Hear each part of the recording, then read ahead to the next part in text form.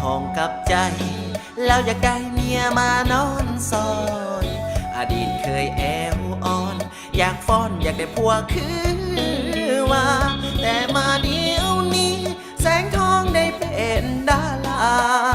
อยู่น้ำแต่นางฟ้าอยู่ไปอยู่มาก็อยากได้เมียคือเพิ่นแสงทองลงทางลงยางเส้นทางเสียวดาคิดมาแล้วปวดหากอยากโดดเตะดากแสงทองแต่ก็ยังดียังบ่มีสายใดไม้ปอง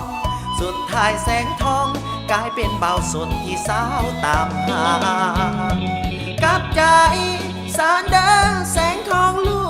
กพ่อหน้าตาก็หล่อ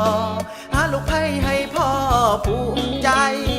อย่าไปเพ้อฝันนำแต่บ่าวหล่อทั้งหลายถ้าได้เป็นสายพ่อสิให้เหล่าปอกสองสู้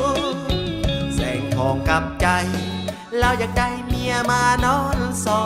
นอดีตเคยแอวอ่อนอยากฟ้อนอยากได้ผัวคือว่าแต่มาเดี๋ยวนี้แสงทองได้เป็นดาราอยู่น้ำแต่นางฟ้าอยู่ไปอยู่มาก็อยากได้เมียคือเพิ่น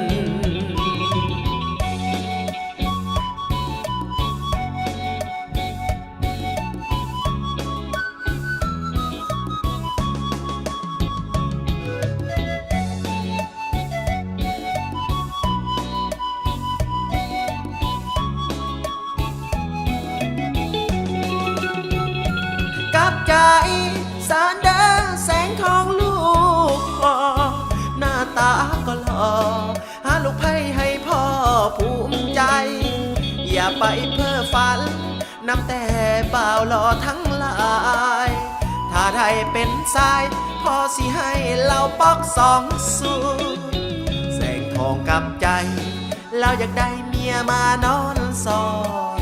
อดีตเคยแอวอ่อนอยากฟ้อนอยากได้ผัวคือว่าแต่มาเดี๋ยวนี้แสงทองได้เป็นดาราอยู่น้ำแต่นางฟ้าอยู่ไปอยู่มาก็อยากได้เมียคือเพิ่น